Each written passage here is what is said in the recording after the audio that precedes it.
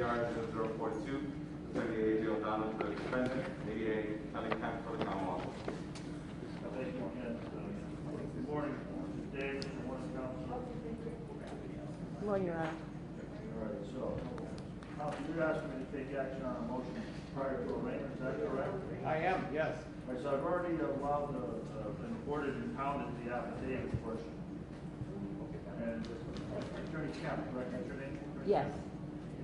You oppose the motion to determine availability of complaint witness, correct? I do. And what basis, what authority do I have to allow such a motion, Counsel? This is pretty unusual, but so is the circumstances of this case. I would suggest, Your Honor, the bedrock of our constitutional law is due process of law. We all know that. In this circumstance, when you read that affidavit and see the chronology of events in this case, my client is clearly being denied due process of law. In his particular employment capacity, upon arraignment of this case, I anticipate he'll be out indefinitely without pay. We're in the middle of COVID still. Hopefully we're at the end of it. But notwithstanding, with the backlog of cases here in Springfield, cases still coming in, I can't imagine when he's finally going to get to his jury trial. 2 years from now? Longer? I don't know. But I do know, based on the current circumstances that are undisputed, the complaining witness has not cooperated with the investigator from an incident that happened in September a year ago. The investigator in November of last year was conducting an investigation. The complaining witness wasn't cooperative with her. She made inconsistent statements. That's undisputed. And now, here we are now, and the government, I spoke with last time we were here, very candidly and honestly, admit they haven't had contact with her. Putting that aside, this complaining witness, when you look at the facts of this case, has a Fifth Amendment issue as well. So I don't even know if she's going to be available then. But I think what we should do is determine if this person is going to participate, if this person is going to waive any Fifth Amendment privilege to testify against Mr. Davis before we cause this irreparable harm to him. Because it's that irreparable harm that's going to deny him due process of law. So that is the basis of it, just in this work.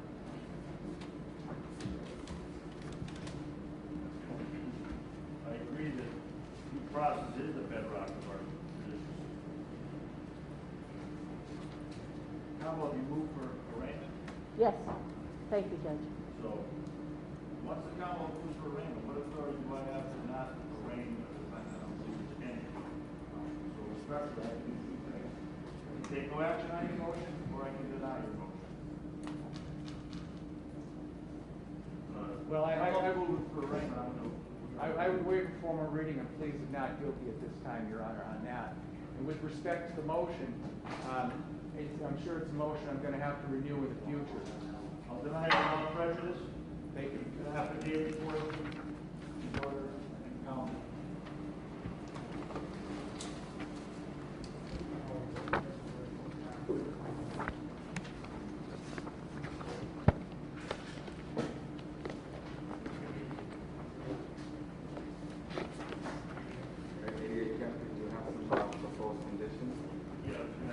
I do. I do, Your Honor. The Commonwealth is asking, and I have a request here, that the defendant have no contact, direct or indirect, with the victim in this case. There's no objection. We don't know where she is.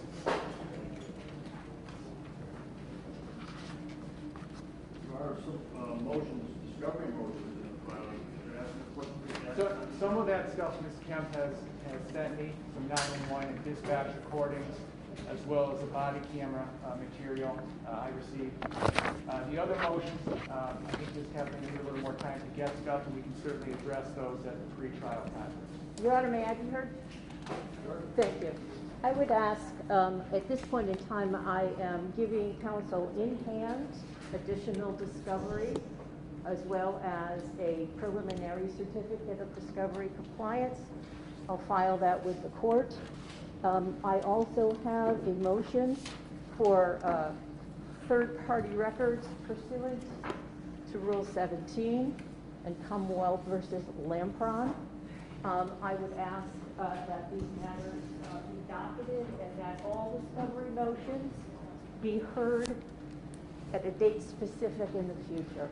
And that way we can take care of the Commonwealth's motions as well as the defense motions. At this point in time, the Commonwealth would just like to get discovery together and make sure that our obligations under Rule 14 are prosecuted and that counsel has everything he needs in order to try this matter. It is the Commonwealth's intention to try this matter. Does that make sense to you, counsel, that we take no action on it? Yeah, I think it makes sense to have everything heard at once. Some of the stuff may overlap from what I've just The heard. court's not going to take any action on the discovery motion filed by both sides. Mr. Davis is being released on a condition that you have no contact, direct or indirect, with the complainant witness, Brianna Murillo. You understand that condition? If you violate that condition, or if you're charged with a dual offense, you fail to be revoked, you be held up to the time of trial without the right to bail. You understand that? Good day. September 1 still available? 9/1 is a good day, yes. Thank you. September 1 for pretrial hearing. I'm not sure if they'll be required to appear in person, by Zoom, or otherwise, Mr. Davis, based on the attorney O'Donnell, he will try to report you, okay? Before you leave, sign conditions of thank you all. Thank you, Your Thank Honor. you, Your Honor. I'm filing our preliminary certificate of discovery compliance, which reflects the information that